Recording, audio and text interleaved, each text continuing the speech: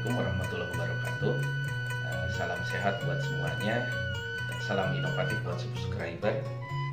Kali ini kita akan membahas tentang petunjuk teknis BPMU tahun 2021. Selamat menyaksikan.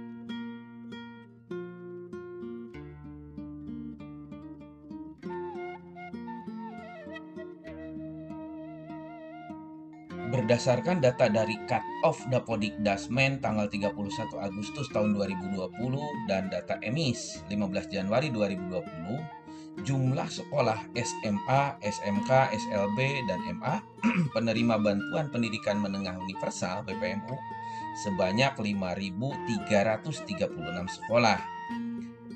Angka partisipasi kasar jenjang sekolah menengah di Jawa Barat menunjukkan bahwa baru mencapai 88,02% pada tahun 2019.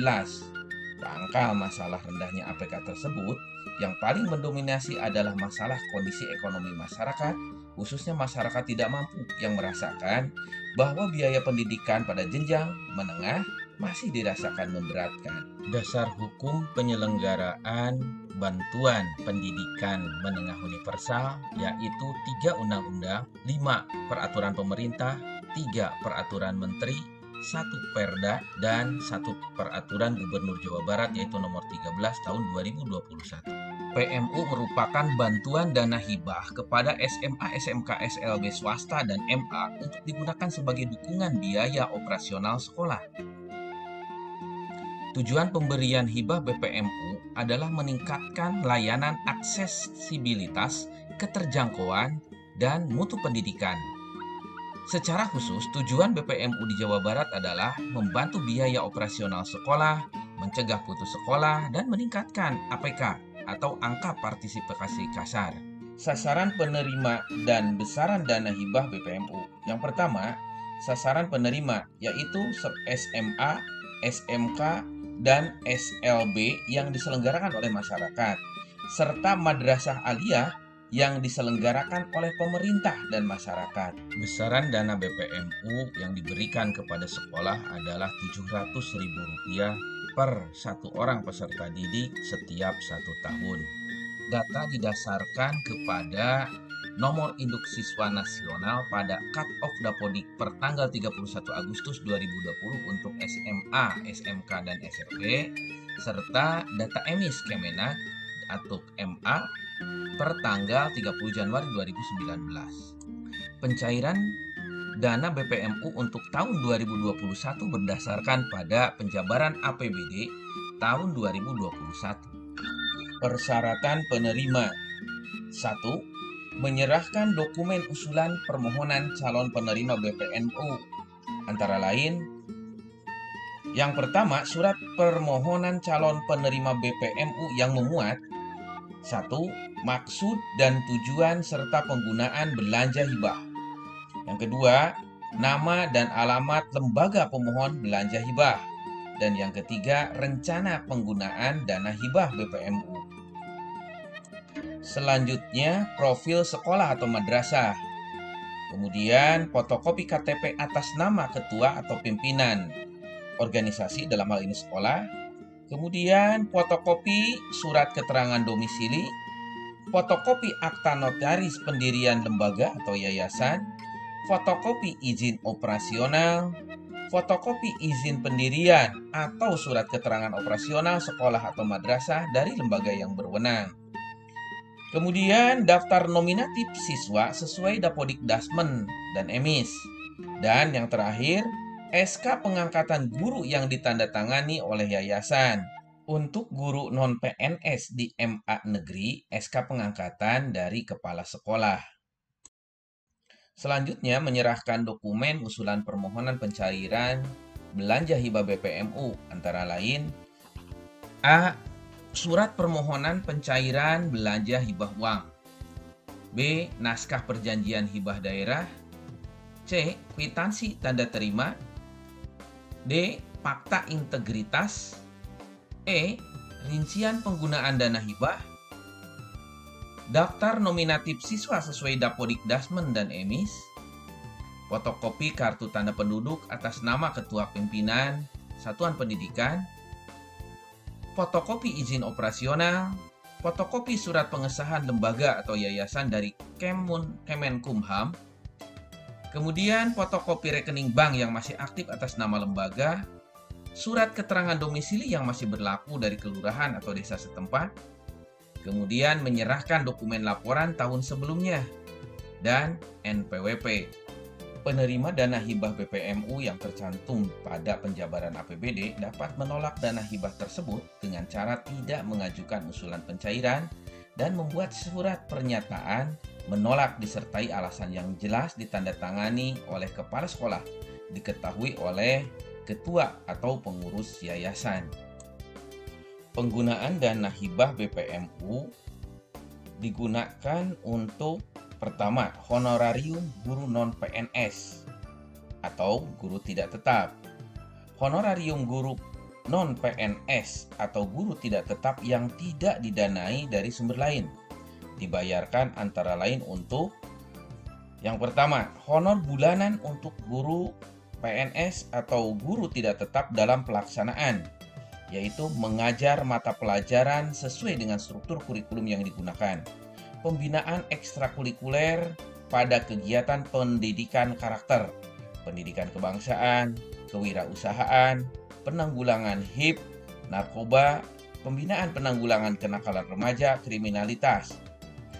Kemudian honor wali kelas, ketua jurusan atau ketua program studi, dan kepala laboratorium. Yang kedua, honor kegiatan guru non-PNS atau guru tidak tetap berupa honor pengawasan dan pemeriksaan hasil ujian sekolah dan uji kompetensi keahlian praktek untuk SMK. Kemudian honor panitia atau penyelenggara ujian sekolah. Honorarium tenaga kependidikan honorer diberikan sebagai honorarium bulanan kepada 1. Tenaga layanan administrasi atau penatausahaan kegiatan sekolah atau madrasah. Yang kedua, tenaga layanan perpustakaan. Yang ketiga, tenaga layanan pembelajaran praktikum di laboratorium. Dan yang keempat, tenaga layanan umum seperti caraka, keamanan, dan kebersihan. Pengelola dana hibah BPMU tingkat sekolah atau madrasah terdiri dari 1. Kepala sekolah madrasah sebagai ketua dan penanggung jawab. Yang kedua, bendahara sekolah. Yang ketiga, anggota yang terdiri dari pertama, perwakilan orang tua siswa yang disetujui oleh komite sekolah atau madrasah. Kemudian, yang keduanya adalah operator data sekolah. Tugas dan tanggung jawab tim pengelola BPMU sekolah atau madrasah diantaranya: 1. Menyampaikan dokumen usulan calon penerima dana hibah BPMU. Yang kedua, mengisi data sekolah pada Dapodi untuk SMA, SMK, SLB, swasta, dan pada EMIS untuk MA. 3. Menyampaikan dokumen usulan pencairan dana hibah BPMU. Yang keempat, bersama-sama dengan komite sekolah madrasah, mengidentifikasi siswa miskin untuk pembebasan biaya sekolah. Kelima, mengelola dana hibah BPMU secara bertanggung jawab sesuai dengan Juknis. Yang keenam, bertanggung jawab secara moral, formal, dan material terhadap penggunaan dana sekolah madrasah. Ketujuh, melakukan pelayanan dan penanganan pengaduan masyarakat.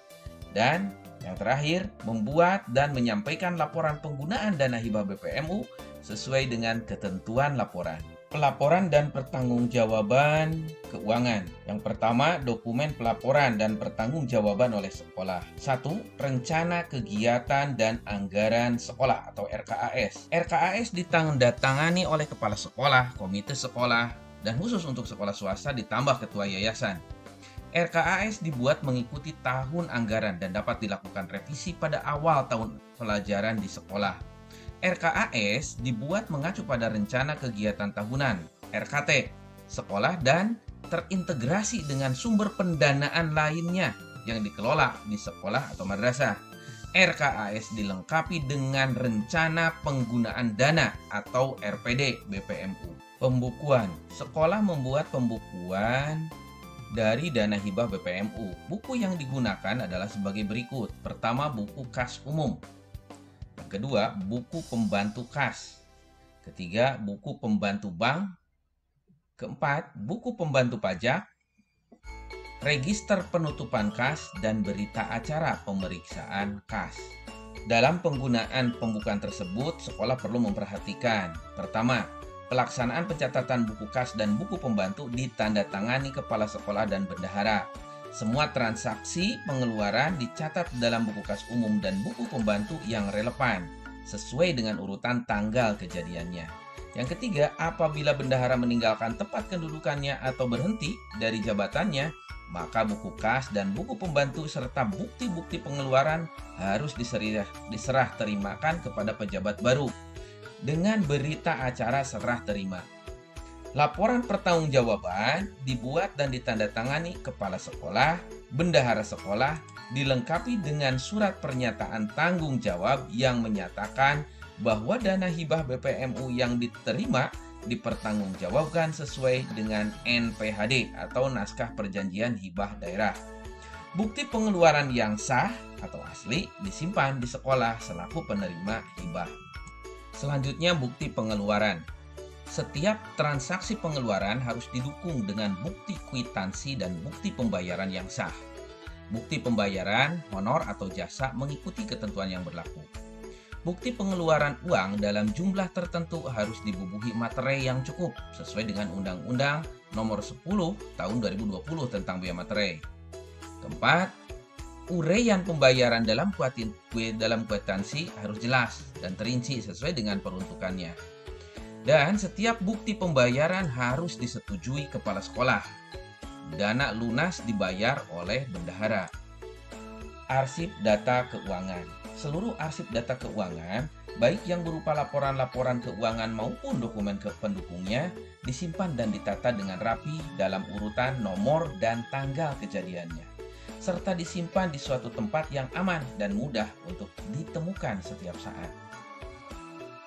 Penyusunan dokumen pengelolaan BPMU yang harus ada di sekolah terdiri dari: pertama, buku rencana penggunaan biaya; yang kedua, berita acara pemeriksaan kas; yang ketiga, buku register penutupan kas; yang keempat, buku kas umum; kelima, buku pembantu bank dilampiri kopi rekening bank; yang keenam, buku pembantu kas dilampiri bukti pembayaran yang sah; yang ketujuh, buku pembantu pajak dilampiri bukti pembayaran pajak; dan yang terakhir, lampiran-lampiran, di mana antara lain, yang pertama, harus ada SK guru non-PNS dan atau guru tidak tetap. Yang kedua, dokumen pelaksanaan kegiatan, proposal atau panduan. Dan yang terakhir, arsip dokumen usulan pencairan. Tahapan pelaporan. Laporan penggunaan belanja dana hibah BPMU mengacu pada Pergub Jawa Barat nomor 4 tahun 2017. Laporan disusun dengan sistematika. Pertama, surat pengantar yang ditunjukkan kepada gubernur. Yang kedua, laporan kegiatan yang terdiri dari fakta integritas, latar belakang, maksud dan tujuan, ruang lingkup kegiatan, realisasi pelaksanaan kegiatan, daftar personalia pelaksana, dan penutup. Kemudian yang ketiga, laporan keuangan meliputi realisasi penerima hibah dan realisasi penggunaan. Pemantauan dan evaluasi meliputi komponen-komponen. Yang pertama, rencana penggunaan dana hibah atau RPD. Yang kedua, alokasi dana yang diterima sekolah penerima hibah. Yang ketiga, penggunaan dan pemanfaatan dana hibah. Yang keempat, pelayanan dan penanganan pengaduan masyarakat. Yang kelima, pertanggungjawaban keuangan. Dan yang terakhir adalah pelaporan. Pengawasan dan sanksi. Pengawasan penggunaan dana hibah meliputi pengawasan melekat yang dilakukan oleh pimpinan masing-masing instansi bawahannya baik di tingkat provinsi, cabang dinas pendidikan maupun sekolah. Yang kedua, pengawasan fungsional internal oleh Inspektorat Provinsi dengan melakukan audit sesuai dengan kebutuhan lembaga tersebut atau permintaan instansi yang akan diaudit. Yang ketiga, pengawasan oleh Badan Pengawas Keuangan dan Pembangunan (BPKP) dengan melakukan audit atas permintaan instansi yang akan diaudit. Yang keempat, pemeriksaan oleh Badan Pemeriksa Keuangan sesuai dengan kewenangan. Dan yang kelima, pengawasan masyarakat dalam rangka transparansi pelaksanaan dana hibah oleh unsur masyarakat dan unit-unit pengaduan masyarakat yang terdapat di sekolah. Sanksi terhadap penyalahgunaan wewenang yang dapat merugikan negara dan atau sekolah dan atau siswa akan dijatuhkan oleh aparat pejabat berwenang. Sanksi diberikan dalam berbagai bentuk, misalnya penerapan sanksi kepegawaian sesuai dengan peraturan dan undang-undang yang berlaku, seperti pemberhentian, penurunan pangkat, mutasi kerja. Yang kedua, penerapan tuntutan perbendaharaan dan ganti rugi. Dana hibah BPMU yang terbukti disalahgunakan akan dikembalikan kepada satuan pendidikan atau kas daerah. Yang ketiga, penerapan proses hukum, yaitu mulai proses penyelidikan, penyidikan, dan proses peradilan. Yang keempat, pemblokiran dana dan pemberhentian sementara seluruh bantuan pendidikan yang bersumber dari APBD Provinsi Jawa Barat pada tahun berikutnya kepada kabupaten, kota, sekolah penerima.